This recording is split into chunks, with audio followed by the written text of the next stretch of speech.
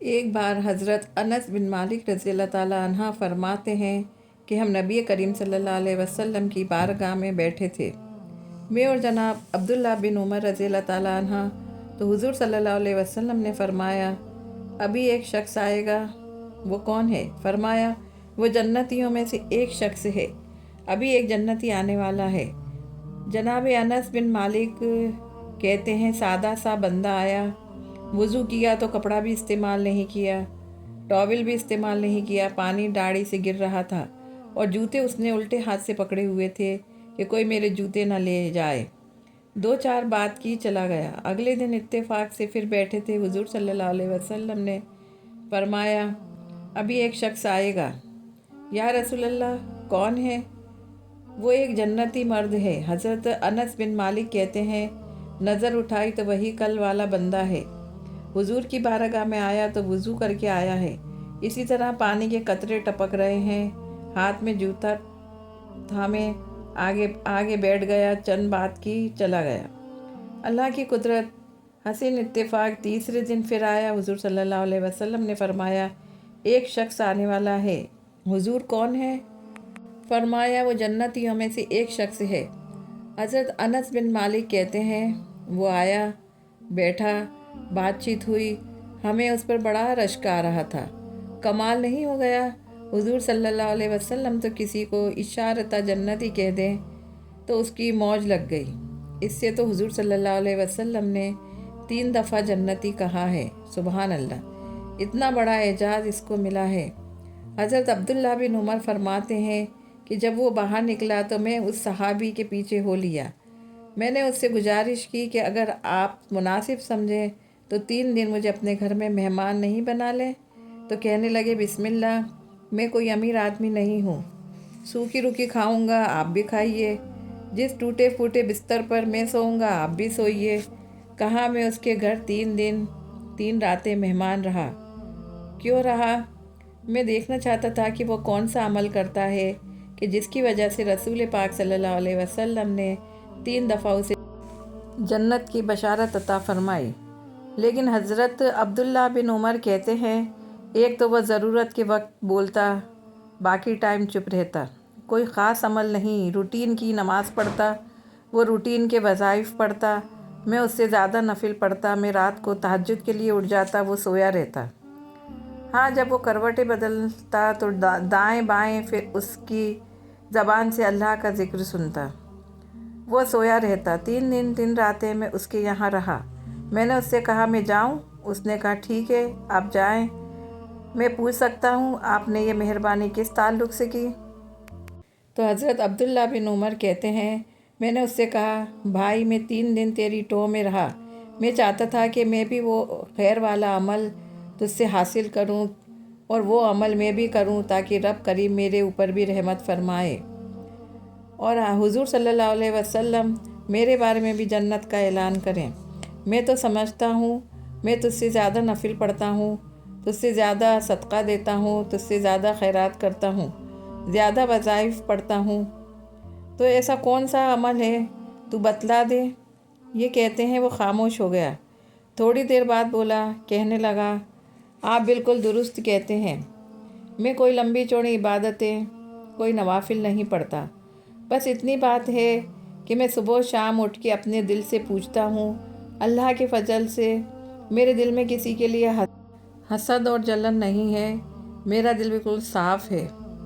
اللہ کے فضل میں میرے دل میں کسی کے لیے حسد نہیں ہے، اس کا دل بالکل صاف تھا، کسی کے لیے حسد نہیں تھی، کسی کے لیے جلن نہیں تھی، اس لیے اللہ نے اسے جنت عطا کی ہے۔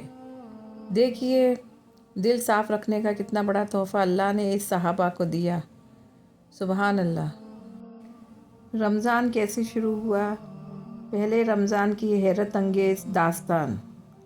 مدینہ کی سرزمین ہے، اسلام ابھی نیا نیا مضبوط ہو رہا ہے، مسلمانوں کی تعداد ابھی کم ہے۔ اسی دوران ایک حکم نازل ہوتا ہے، تم پر روزے فرض کیے گئے، دن میں شدید گرمی، رات میں عبادت۔ رمضان المبارک اسلامی سال کا 9واں مہینہ ہے، اسے برکتوں، رحمتوں اور مغفرت کا مہینہ قرار دیا گیا ہے۔ یہ وہ مہینہ ہے جس میں قرآن مجید نازل کیا گیا تھا اور روزے فرض کیے گئے۔ اسلام سے پہلے بھی روزے رکھے جاتے تھے۔ قرآن مجید میں اللہ تعالیٰ کا فرمان ہے، اے ایمان والو، تم پر روزے فرض کیے گئے جیسے تم سے پہلے لوگوں پر یہ فرض کیے گئے تھے تاکہ تم پرہیزگار بن جاؤ۔ یہ آیت ہمیں بتاتی ہے کہ روزہ صرف امت محمدیہ پر ہی فرض نہیں ہوا بلکہ پچھلی امت پر بھی یہ کسی نہ کسی صورت میں لازم تھے، لیکن امت محمدیہ پر باقاعدہ ایک مہینے کے لیے یہ فرض کیے گئے۔ اسلام میں روزے ہجرت کے دوسری سال 2 ہجری میں فرض کیے گئے۔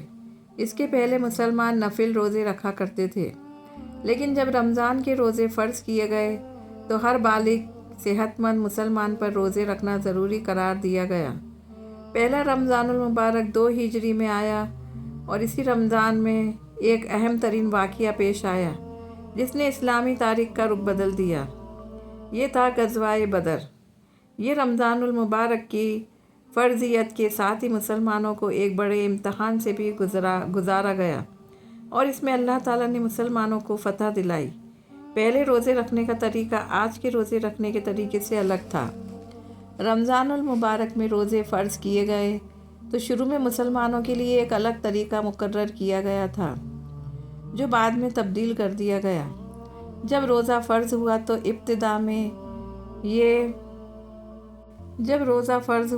ابتدا میں یہ قاعدہ تھا کہ مسلمان افطار کے وقت کھانا کھا سکتے تھے، لیکن اگر وہ سونے کے بعد جاگتے تو کھانے پینے اور بیوی کے پاس جانے کی اجازت نہیں تھی، یعنی اگلے روز تک مسلمان مسلسل روزہ رہتا تھا۔ یعنی اگر کوئی افطار کے بعد سو جائے تو اگلے دن مغرب تک کھانے پینے سے رکا رہتا، چاہے رات میں بھوک اور پیاس کتنی بھی کیوں نہ لگے۔ یہ طریقہ کچھ لوگوں کے لیے بہت مشکل تھا کیونکہ وہ دن بھر روزہ رکھنے کے بعد افطار کے بعد اگر سو جاتے اور تو اگلے دن روزہ کھولنے تک کچھ بھی کھا پی نہیں سکتے تھے۔ ایک صحابی حضرت گیس بن سرحانہ رضی اللہ تعالیٰ عنہ کے ساتھ ایسا ہی ہوا۔ وہ افطار کے وقت گھر پہنچے لیکن روزہ افطار سے پہلے نیند آ گئی۔ جب وہ جاگے انہیں اگلے دن تک بھوکا پیاسا رہنا پڑا اور یہ ان کے لیے بہت دشوار ہو گیا۔ اللہ تعالیٰ نے مسلمان کی یہ حالت دیکھی تو قرآن مجید میں ایک نرمی کا حکم نازل فرمایا۔ قرآن مجید میں ایک آیت نازل ہونے کے بعد آج والا طریقہ فرض ہوا جس میں افطار کے بعد سونے کے باوجود کھانے پینے کی اجازت دی گئی۔ سحری کو لازمی قرار دیا گیا تاکہ روزے دار کے لیے آسانی ہو۔ اسی سال زکوٰۃ بھی فرض ہوئی۔ ایک واقعہ سنیے۔ ایک نوجوان تھا، دن کو روزہ رکھتا، رات کو نماز پڑھتا، پر اللہ سے ڈرتا بہت ہی زیادہ تھا، بہت ڈرتا تھا۔ موت کا وقت آیا تو اس کی بس ماں ہی تھی، تو ماں سے کہنے لگا، اماں تو میری ماں ہے، مجھ سے 3 وعدے تو کر۔ ماں نے کہا، بیٹا تو بتا تو صحیح۔ بیٹا بولا، ماں جب میں مر جاؤں تو آخری ہچکی لے رہا ہے۔ ماں سے کہنے لگا، ماں جب میں مر جاؤں نا تو میرے گلے میں رسی ڈال کے مجھے گھمانا، سر کے بل گھمانا اور لوگوں سے کہنا جو رب کی نافرمانی کرے اس کا یہی حال ہوتا ہے۔ یہ اعلان کرنا جو اللہ کا نافرمان ہو اس کا یہی حشر کیا جانا چاہیے۔ اور ماں پھر دوسرا وعدہ کر، میرے رات کو جنازہ اٹھایا جائے۔ میں نہیں چاہتا کہ کسی کے منہ سے یہ لفظ نکل جائے کہ یہ دیکھو اللہ کا نافرمان جا رہا ہے، رات کو میرا جنازہ اٹھانا۔ اور اماں تیسرا میرے ساتھ وعدہ کر کہ جب لوگ مجھے دفن کر کے آ جائیں گے تو میری قبر پہ چلی جائے گی۔ میرے پاس عمل کوئی نہیں ہے، پر مجھے لگتا ہے کہ ماں کے قدموں کی برکت سے عرش کا مالک بھی رحم فرما دے گا۔ اماں تو وعدہ کر۔ بوڑھی عورت نے وعدہ کر لیا کہ بیٹا ٹھیک ہے، اگر تیری یہی ضد ہے تو میں تیار ہوں۔ تو اس نے کلمہ شہادت پڑھا۔ اس نوجوان کی روح پرواز کر گئی۔ بوڑھی ماں نے رسی منگائی۔ اس نے تو کہا تھا کہ رسی گردن میں ڈال کے گھمانا، جو اللہ کا نافرمان ہو اس کا یہی حشر ہونا چاہیے۔ لیکن جب ماں نے گلے میں رسی ڈالنے لگی تو گھر کے ہر کونے سے آواز آنے لگی، خبردار، یہ رب کا دوست ہے، اللہ کے دوستوں کے ساتھ اس طرح کا معاملہ نہ کیا جائے، اسے چھوڑ دیا جائے، تمہیں کچھ بھی اور کرنے کی ضرورت نہیں ہے، یہ تو رب کا دوست ہے۔ اور رب کی بارگاہ میں حاضر ہو گیا۔ اللہ کو اس کے ڈرنے کی ادا اتنی پسند آئی۔ اللہ تعالیٰ نے اپنے فضل و کرم سے رمضان کے 2 عشرے پورے ہونے جا رہے ہیں۔ پہلے 10 دن رحمت کے اللہ کی طرف سے ہوتے ہیں، دوسرے 10 دن بخشش کے معاف کرنے کے ہوتے ہیں، اور آخری 10 دن نجات کی کامیابی کے ہوتے ہیں، جہنم سے نجات اور جنت کا داخلہ۔ یہی اصل کامیابی ہے۔ جو آل سے بچ گیا اور جنت میں داخل کر دیا گیا وہ کامیاب ہو گیا۔ کامیابی، سکسیسفل لائف کو کامیابی کہتے ہیں لوگ۔ سکسیسفل لائف اللہ کی نظر میں اس کی ہے جو جب جا رہا ہو تو جنت واجب ہو چکی ہو اور دوزخ حرام ہو چکی ہو، باقی سب ناکام۔ اس سکسیس کا راز اللہ کی فرما برداری، یعنی نماز، روزہ، زکوٰۃ، حج، اس کے علاوہ اپنے دل کو حسد، جلن، جھوٹ سے بچانا ہے۔ ایک بار حضور اقدس صلی اللہ علیہ وسلم نے مدینہ چھوڑ دیا، جنگلوں میں نکل گئے۔ 1 دن، 2 دن، 3 دن، 3 دن گزر گئے، حضور صلی اللہ علیہ وسلم کا پتہ نہیں ملا۔ صحابہ اکرام جو حضور اقدس صلی اللہ علیہ وسلم کے بنا ایک لمحہ نہیں رہ پاتے تھے، انہوں نے 3 دن کیسے گزارے یہ وہی جانتے تھے۔ تڑپ گئے، بے قرار ہو گئے، حضور کہاں ہیں؟ مصطفیٰ صلی اللہ علیہ وسلم کہیں نہیں مل رہے تو حضرت ابو ہریرہ رضی اللہ تعالیٰ عنہ بستی سے باہر چلے گئے حضور کو ڈھونڈنے کے لیے۔ ایک چرواہے سے پوچھا، میرے محبوب دیکھے ہیں کیا؟ اس نے کہا، میں تو نہیں جانتا، محبوب کون ہے؟ کہا، ان کی نشانیاں یہ ہیں کہ جب وہ چلتے ہیں تو خدا کی رحمتیں نازل ہوتی ہیں، جب وہ بولتے ہیں تو قرآن کی آیت بن جاتی ہے، وہ مسکراتے ہیں تو رحمتوں کی بارش ہونے لگ جاتی ہے۔ اس نے کہا، میں نے دیکھا تو نہیں ہے ایسا بندہ، لیکن اتنا پتہ ہے کہ یہ جو سامنے غار نظر آتی ہے، اس غار میں کوئی اس درد سے روتا ہے کہ میری بکریاں اس کی آواز سن کے چرنا چھوڑ دیتی ہیں۔ چرواہا بتا رہا ہے حضرت ابو ہریرہ کو کہ وہ اس غم میں بندہ روتا ہے کہ اس کی آواز سن کے میری بکریاں چرنا چھوڑ دیتی ہیں، پورے دن نہ اسی غم میں ڈوبی رہتی ہیں، نہ کھاتی ہیں نہ پیتی ہیں، لیکن جب شام کو جاتی ہیں تو دودھ ہر دن سے زیادہ دیا کرتی ہیں۔ ابو ہریرہ سمجھ گئے کوئی اور ہو ہی نہیں سکتا، یہ میرے محبوب ہی ہیں۔ پتہ مل گیا حضور کا، دوڑ کر مدینہ آ گئے، اعلان کر دیا حضور مل گئے۔ حضرت ابو بکر نے دوڑ لگائی، حضرت عمر نے دوڑ لگائی، ساری بھیڑ آ گئے۔ حضور صلی اللہ علیہ وسلم کو دیکھا تو حضور آقا صلی اللہ علیہ وسلم حالت سجدہ میں ہیں۔ سب نے سلام پیش کیا، کہا، یا رسول اللہ، آپ لوٹ کے کیوں نہیں چلتے ہیں؟ حضور اقدس صلی اللہ علیہ وسلم فرماتے ہیں، میں نے کہا تھا ابو بکر، آج میرا اور میری امت کا معاملہ آ گیا ہے، میں جب تک نہیں جاؤں گا جب تک امت کے معاملے میں فیصلہ نہیں آ جاتا ہے۔ حضرت عمر نے اتنا سنا رونے لگ جاتے ہیں، سرکار آپ کے بغیر مسجد نبوی کا منبر سونا لگتا ہے، لوٹ چلیے، آپ کے بغیر مدینہ میں اچھا نہیں لگتا ہے، سرکار لوٹ چلیں، بچے جوان سارے دیوانے ہیں، سب آپ کو تلاش کر رہے ہیں، سرکار زاروں قطار روتے ہیں، کہتے ہیں کیا کروں، میری امت کا معاملہ آ گیا ہے، امت کے فیصلے کو ایسے چھوڑ کے نہیں جا سکتا۔ کسی نے کہا، سیدہ فاطمہ کو لے کر آؤ، اگر وہ آ جائیں گی ان کو بلا لائیں۔ حضرت سلمان فارسی نے دوڑ لگا دی۔ سلمان فارسی حضرت فاطمہ کو بلانے چلے گئے۔ حضرت فاطمہ تو زہرا کے دروازے پر دستک ہوئی، اندر سے آواز آئی، دروازہ کس نے بجایا ہے؟ بولے، سلمان فارسی ہوں۔ کہا، کس لیے آئے ہو؟ کہا، آپ کے بابا کا پتہ چل گیا ہے، لیکن اس حال میں ہے کہ روتے جا رہے ہیں، واپس نہیں آ رہے ہیں، مہربانی کر کے چلیں، محبوب کو منا لائیں۔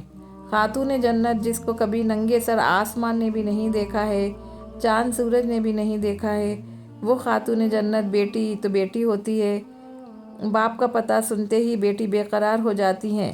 شہزادوں کو ساتھ لیا ہے، مدینے کی عورتوں کے ساتھ لیا، حیا والی چادر لے کر میرے نبی کی شہزادی چلی ہیں۔ جب غار کے دروازے پہ مصطفیٰ کی بیٹی پہنچی تو غار کو خالی کر دیا گیا۔ اندر کون کون ہے؟ علی ہے، فاطمہ ہے، حسنین ہے، مصطفیٰ ہے، اتنے لوگ اندر ہیں۔ سیدہ کائنات کہتی ہیں بابا جان لوٹ چلیے، ایسی کون سی مشکل آ گئی ہے؟ بابا 3 دن ہو گئے ہیں آپ مدینے نہیں آئے ہیں۔ میرے نبی نے کہا فاطمہ امت پہ مشکل کی گھڑی آ گئی ہے، میں اس وقت تک نہیں جا سکتا جب تک امت کے حق میں رب کا کوئی فیصلہ نہیں دے دیتے ہیں۔ مجھے جبریل نے بتایا ہے میری امت جہنم میں جائے گی۔ فاطمہ ان کے لیے میں پتھر کھاتا رہا، ان کے لیے میں نے کانٹے برداشت کیے، ان کے لیے میں روتا رہا۔ فاطمہ اگر یہ جہنم میں جائیں گے تو میں کیسے گوارا کروں گا؟ سیدہ فاطمہ عرض کرتی ہیں میں وعدہ کرتی ہوں جب قیامت کا دن ہوگا، نفسی نفسی کا عالم ہوگا، امت کے اعمال تولے جائیں گے، بابا جان میں جنت میں پہلے نہیں جاؤں گی، اپنے حسین کی شہادت کا کرتا لے کر آؤں گی، اللہ کی بارگاہ میں پیش کروں گی، میرے بیٹے کی شہادت کے صدقے میں میرے بابا کی امت بخش دے۔ آقا کریم نے بیٹی کے چہرے کو دیکھا، فرمایا فاطمہ رب بڑا بے نیاز ہے، یہ بھی تو ہو سکتا ہے کہ اس دن قربانی کو رد کر دیا جائے۔ کہتی ہیں پھر بابا میں حسن کا زہرا لوز کرتا پیش کروں گی۔ آقا نے پھر کہا فاطمہ یہ بھی تو ہو سکتا ہے وہ قربانی بھی رد کر دیں۔ کہا میرا رب بڑا بے نیاز ہے، وہ چاہے تو قبول کر لے گا، نہ چاہے تو منہ پہ مار دے گا۔ بیٹی جب تک نہیں جانا ہے جب تک امت کے حق میں فیصلہ نہیں آ جاتا ہے۔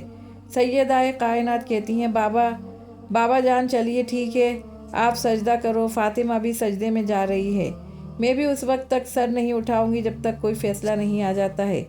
ابھی سیدہ کائنات نے اتنی بات کہی ہے، جبریل امین آ جاتے ہیں، کہتے ہیں محبوب دروازے پہ بیٹی آ گئی ہے تو بیٹیاں خالی نہیں لوٹائی جاتی، جو فاطمہ کہتی ہیں وہی کر دیا جائے۔ حضور بولے فیصلہ کیا ہے؟ جبریل بولے فیصلہ تو آ گیا ہے، رب نے فیصلہ سنا دیا ہے۔ مصطفیٰ دل چھوٹا نہ کر، جب قیامت کا دن ہوگا مصطفیٰ امت بھی تیری ہوگی، جنت بھی تیری ہوگی، تو کہتا جائے گا میں جنت دیتا جاؤں گا۔ اللہ نے پیارے محبوب کی پیشکش مان لی۔ تمہارے حضور اکرم صلی اللہ علیہ وسلم نے ہم امتیوں کے لیے کتنا کچھ کیا۔ اے گنہگار بندو، اے سیاہ کارو، ہمارے لیے حضور روتے رہے، یہ انہی آنسوؤں کا صدقہ ہے جو ہم ابھی تک بچے ہوئے ہیں۔ ہم اتنے گنہگار ہیں لیکن پھر بھی ہم سلامت ہیں، حضور کے اشکوں کا صدقہ ہے جو ہماری زندگیاں ابھی باقی ہیں۔ ہم اتنے گنہگار ہیں اس کے بعد بھی ابھی تک بچے ہوئے ہیں، ورنہ کب کے پتھر گرائے جاتے، کب کی شکلیں بگاڑ دی جاتی، کب کے زمین میں دھسا دیے جاتے۔ جیسے پچھلی کئی قوموں پر عذاب نازل ہوئے، وہ تو وعدہ رب نے لے لیا ہے۔ محبوب ہم تمہارے امتیوں کو جب تک عذاب نہیں دیں گے جب تک آپ ان کے بیچ میں ہو۔ حضور آج بھی امت کے درمیان میں رہتے ہیں، ہم امتی کیا کر رہے ہیں؟ اپنے رب کو راضی کرو۔ اللہ کہتا ہے آ جا مجھ سے معافی مانگ لے، میں تجھے معاف کر دوں گا، اب تو آ جا۔ 20 سال عمر گزار دی، ابھی بھی آ جا، ابھی بھی میں تجھے معاف کر دوں گا، لیکن بندہ نہیں آتا ہے۔ 40 سال کی عمر گزار دی، اب تو آ جا، میں تجھے معاف کر دوں گا، لیکن بندہ تب بھی نہیں آتا ہے۔ 60 سال کی عمر ہو گئی، اللہ کہتا ہے اب تو آ جا، میں تجھے معاف کر دوں گا، لیکن بندہ تب بھی نہیں آتا ہے۔ اللہ کہتا ہے میرے بندے تو ابھی بھی معافی مانگ لے۔ جب رات ہوتی ہے، جب کوئی تجھے نہیں دیکھتا، کسی کو پتہ نہیں چلے گا، تنہائی میں آ جا، مصلی بچھا لے، تو رو کے دکھا، میں تیرے گناہوں کو دھو کے دکھا دوں گا۔ رب تو اتنا کریم ہے۔ آج کی رات گناہوں کی توبہ کی رات ہے، مالک ہم اٹھے تو ہمیں بخش دینا، ہمارے گناہوں کو معاف فرما دینا، یا رب العالمین۔